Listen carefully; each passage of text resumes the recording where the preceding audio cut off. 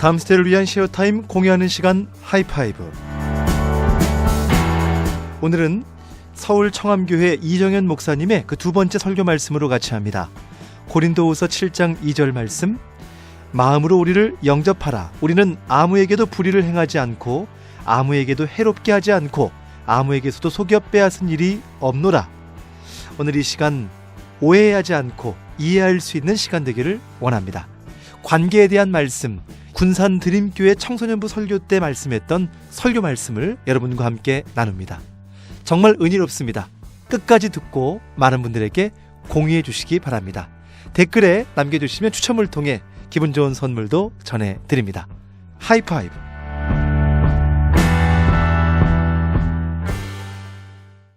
오늘의 키워드 주제어가 무엇일까요? 오, 되게 똑똑하다. 정답은 마음입니다. 오늘 마음이라는 이 키워드를 가지고 설교를 하려고 하는데, 오늘 말씀 2절 시작에 이렇게 시작을 해요. 마음으로 우리를 영접하라. 바울이 고린도 교인들에게 말을 하고 있습니다. 무슨 뜻이냐면, 원어로 해석하면 마음속에 방을 마련하라, 이런 말입니다. 내가 너희 마음속에 방으로 들어가려고 하는데 들어갈 마음의 방을 준비해 줘라, 이런 말입니다. 여러분들 오늘 예배 끝나고 이제 친구네 집에 가기로 했습니다. 친구네 집에 가요. 친구 방에 가게 됩니다. 어떤 친구 집에 가게 됐습니다. 평소 때 친하게 지냈던, 정말 친했던 절친 이런 친구 집에 갈까요? 아니면 오늘 처음 본 친구예요, 걔네 집에 갈까요? 친한 친구 이렇게 방에 가게 될 것이죠. 아무나 이렇게 갈 수가 없습니다. 그래서 이게 어떠한 의미인지 이 시간에 영상을 통해서 잠깐 설명을 드리고 설교를 하도록 하겠습니다. 그래, 너희들 목사님 방에 처음 들어와봤지, 그치? 네. 어떻게 상훈이 어때? 느낌이 어때? 아늑하네요. 주원이는? 따뜻해요. 영주는? 꽉 차요. 예훈이는? 우리 집 같아요. 진짜로? 네. 우리 집인 줄 알았어요. 얘들아, 먹을까? 네. 썰박스. 썰박스.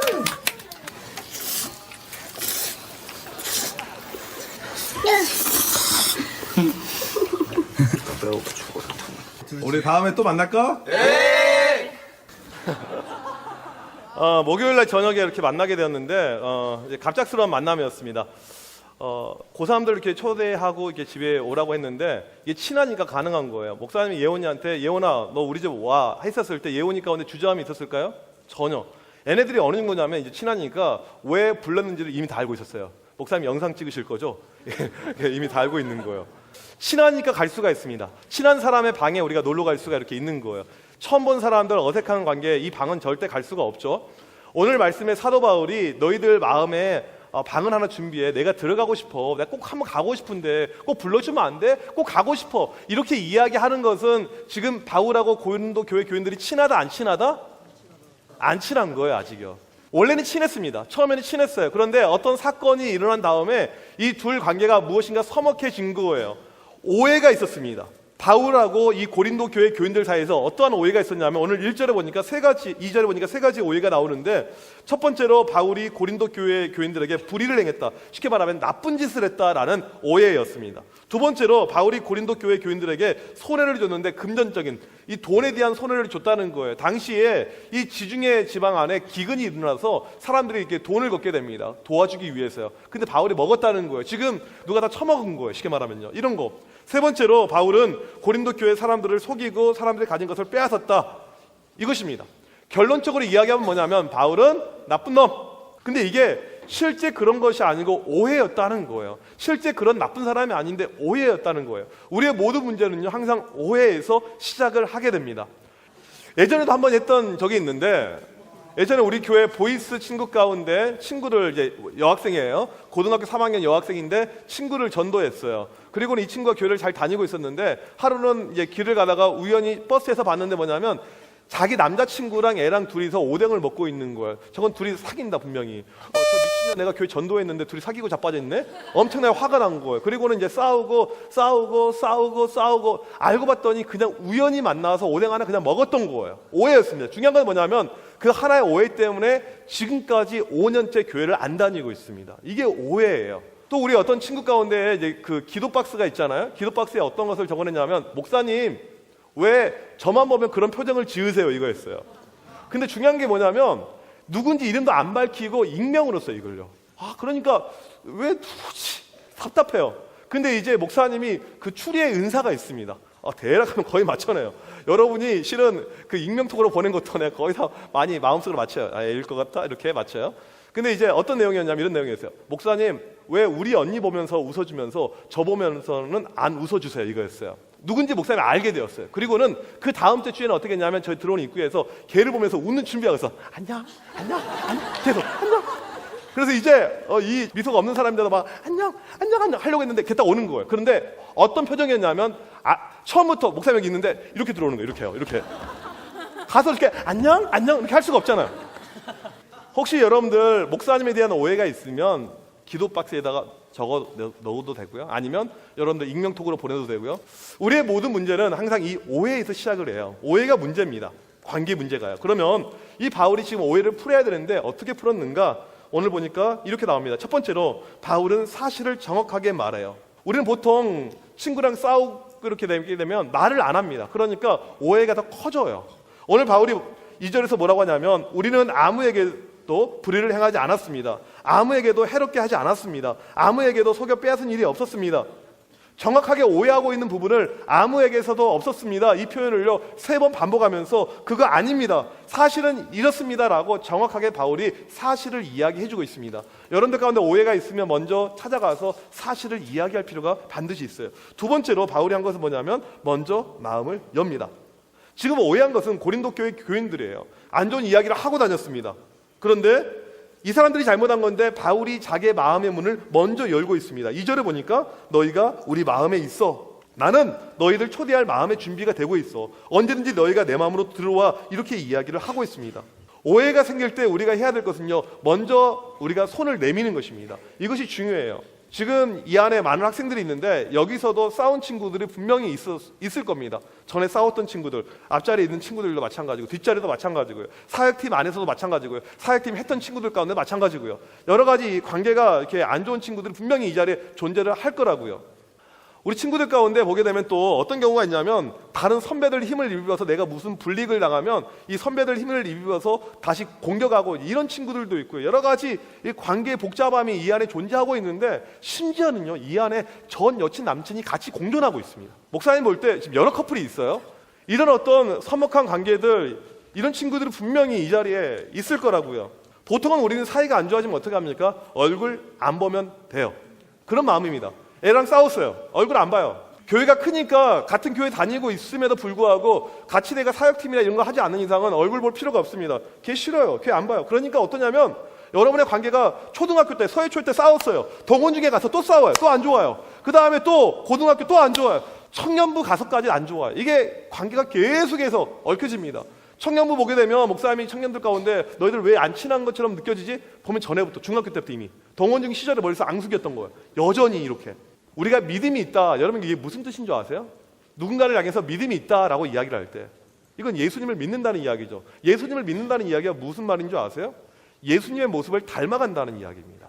예수님의 모습을 닮아가는 것이 믿음이 있다는 거예요. 여러분 가운데 믿음이 있다 이것은 뭐냐면 예수님의 모습이 있어야 되는데 그게 어떤 것이냐면 예수님은 나를 싫어하고 나를 욕하고 나를 핍박하고 심지어 나를 십자가에 못 박혀 죽인 그 사람을 용서했던 것이 예수님의 모습입니다.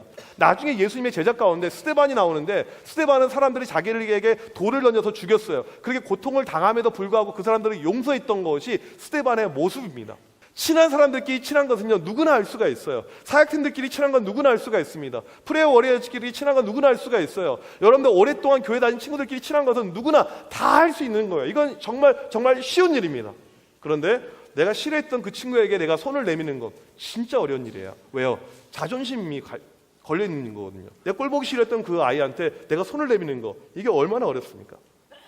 여러분이 믿음이 있다면요 먼저 손을 내미는 것입니다. 먼저 손을 내미는 거예요. 이게 믿음입니다. 믿음은요 그냥 기도만 많이 해서 끝나는 것이 아니고 내가 먼저 손을 내미는 것이 바로 믿음이에요. 목사님 고등학교 때 학교에서 나를 괴롭혔던 그런 친구가 있었어요. 그래서 한 몇 달 전인가? 걔가 어떻게 사는지 갑자기 궁금해졌어요. 하여튼 설교 준비하다가 어떻게 하여튼 갑자기 30년 만에 진짜 30년 만에 고등학교 1학년 이후로 30년 만에 걔가 떠올랐어요. 그래서 혹시나 해서 이름이 독특해서 페이스북으로 검색했더니 바로 딱 뜨는 거예요. 가서 봤더니 이제 솔직히 말로 이제 목사님 내가 괴롭힘을 당한 거니까 걔가 잘 되길 바라는 마음으로 봤을까요? 안 되길 바라는 마음으로 봤을까요? 솔직히. 근데 봤더니 나이가 46인데 아직도 혼자 살고 있어요. 하이. 그때도 그랬더니 하나님께서 인생을 아주 쪽박되게 해가지고 여전히 찌질하게 살고 있구나 하고 있는 것도 나보다 나이가 10살은 더 들어 보이더라고. 아, 인생.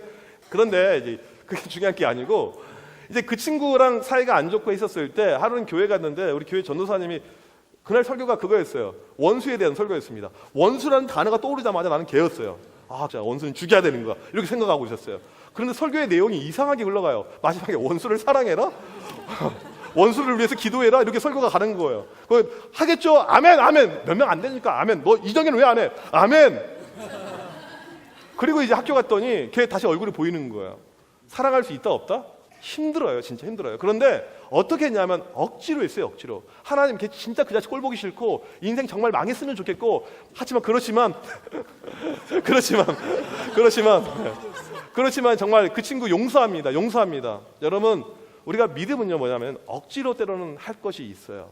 내가 하기 싫은 것을요 억지로 하는 것이 믿음입니다. 하나님 말씀이니까 억지로 하는 거예요. 용서하기 싫어요. 그 친구 꼴 보기 싫습니다. 정말 그 친구 때문에 교회 나오기도 싫어요. 그러지만 그 친구를 억지로 용서하는 것, 이것이 우리에게 필요합니다. 바울은 자기를 싫어하는 사람들, 자기를 미워했던 사람들, 이상한 소문들, 루머 퍼뜨렸던 그 사람들, 그들을 향해서 말합니다. 나는 너희들 위해서 마음의 방을 준비했는데 너희가 놀러 왔으면 좋겠어. 꼭 와봐. 여러분 오늘 말씀 가운데 여러분이 꼭 이번 주에 실천했으면 하는 것이 있습니다. 진짜 꼭 이건 실천하면 좋겠어요. 무엇이냐면 친구한테 꼭 문자 보내는 거.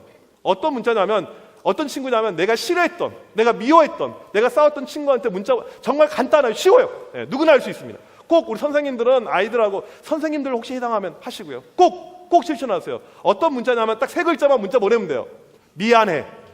이거예요. 미안해. 여러분 이 문자 하나 보내는 것이 학교에서 일주일 동안 기도하는 것보다 훨씬 더 큰 일입니다. 여러분이 일주일 동안 큐티하는 것보다 훨씬 더 큰 것은 내가 그동안에 사이 안 좋았던 그 친구한테 그냥 다른 거 필요 없어요. 그냥 다짜고짜 미안해 그냥 하나 보내면 되는 거예요. 왜? 꼭 친구한테, 사이가 안 좋았던 친구들, 싸웠던 친구들, 관계가 안 좋았던 친구들한테 어떤 문자? 뭐라고? 미안해. 뭐라고? 이왕이면 오늘 예배 끝나자마자 꼭 실천하면 좋겠습니다. 이것보다 더 큰 것이 없어요. 3번째, 이 바울은 함께 죽고 함께 살기를 원했습니다. 이게 진짜 고린도 교인들에게 하고 싶었던 이야기였어요. 나는 당신들하고 함께 죽고 함께 살기를 원합니다. 이 표현은요 보통은요 누가 하는 거냐면 결혼식 때 주례사에서 나오는 내용입니다. 신랑 신부 여러분 평생을 함께 죽고 함께 살겠습니까? 그러면 그 자리에서는 신랑이 네 이야기를 해요. 그리고 바로 부부싸움으로 들어갑니다. 바로 막 싸워요.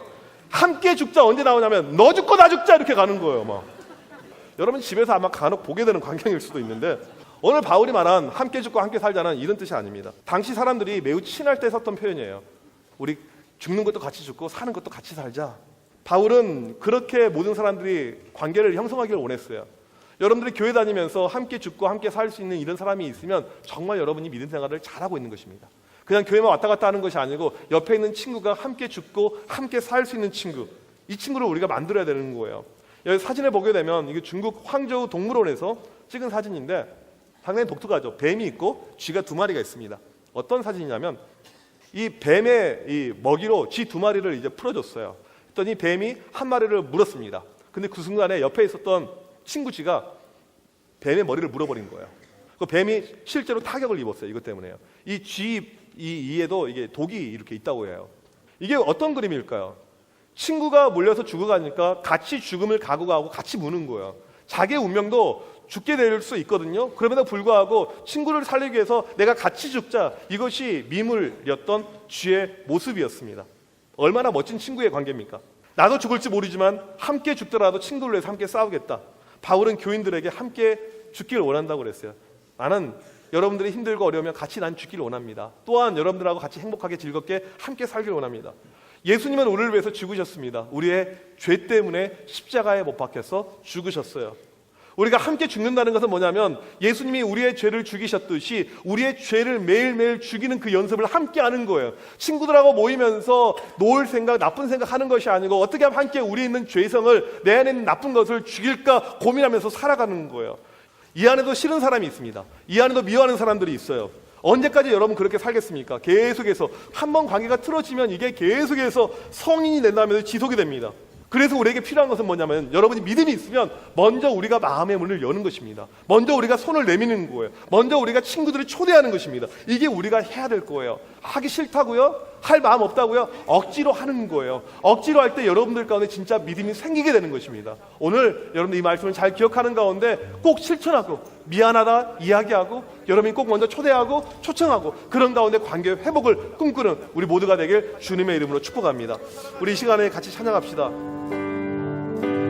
아멘. 마음으로 우리를 영접하라. 오해가 아닌 이해로 나아갈 수 있는 우리의 아름다운 관계. 미안하다라고 이야기할 수 있는 용기 있는 하이파이브 믿음의 다음 세대가 됐으면 좋겠습니다. 서울 청암교회 이정현 목사님의 은혜로운 설교 말씀으로 함께했고요. 많은 분들에게 이 링크를 공유해 주시기 바랍니다. 공유하면서 이렇게 문자로 참여하는 거예요. 미안하다고 말이죠. 다음 주에 인사합니다. 하이파이브. 사랑하자. 서로 사랑하자. 사랑하자. 서로 사랑하자. 우리 받은 용서가 우리 받은 용서가 얼마나 큰지 생각해보라. 사랑하자. 사랑하자. 서로